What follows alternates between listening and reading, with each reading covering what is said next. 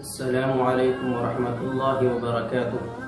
ستاسو خدای دې وکړي چې روغ او جوړ به یاستئ او د صحت او عافیت جامې به مو پر تن وي. نن غواړم چې تاسو ته د لمانځه د تش او ډک رکعتونو په اړه باندې یو څو لنډې او مختصرې خبرې وکړم، ځکه زموږ ډېری دوستان، زموږ ډېری ورونه او خویندې چې دي هغوی د دې نه زیاتره ناخبره دي.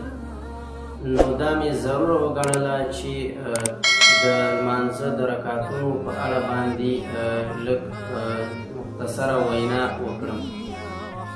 راځمه د لمانځه ډک او تش رکعتونو ته. لومړی خو به دا درته ووایم چې تش رکعتونه کوم ته وایي او ډک رکعتونه کوم ته وایي. ډک رکعتونه هغه دي چې په هغې کې سورت لوستل کېږي، او تش رکعتونه هغه دي چې په هغې کې سورت نه لوستل کېږي. نو راځمه تاسو ته د دغه 5 وخته لمونځ چې مونږ کوو په هغې کې زه تاسو ته ډک او تش رکعتونه چې دی درښایم. لومړی د سهار 4 رکعته دي. 4 رکعتو کې لومړی 2 سنت دي او وروستي 2 فرض دي. دا د سهار د لمانځه ټول رکعتونه ډک دي. بیا ورپسې د ماسپښین لمونځ دی. د ماسپښین په لمانځه کې لومړی 4 رکعته سنت دي.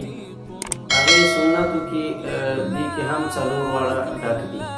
بیا ورپسې 4 رکعته فرض دي چې په فرضو کې لومړی 2 ډک دي او وروستي 2 تش دي. بیا ورپسې وروسته 2 سنت دي، هغه دواړه ډک دي. بیا د مازدیګر لمونځ دی، هغه 4 رکعته دی. 4 واړه فرض دي. په 4 رکعتونو کې چې دی لومړی 2 ډک دي او وروستي 2 تش دي. بیا د ماښام لمونځ دی چې 5 رکعته دي. 5 رکعتو کې لومړي 3 فرض دي. په فرضو کې 2 ډک دي او وروستی 1 تش دي. او بیا ورپسې 2 سنت دي چې هغه هم دواړه ډک دي. بیا د ماخوستن لمونځ دی 9 رکعته دي.